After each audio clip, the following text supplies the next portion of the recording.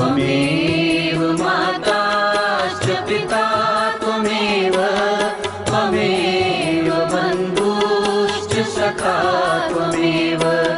त्वमेव विद्या द्रविणं त्वमेव त्वमेव सर्वं मम देव देव त्वमेव सर्वं मम देव देव कर्पूरगौरं करुणावतारं संसारसारं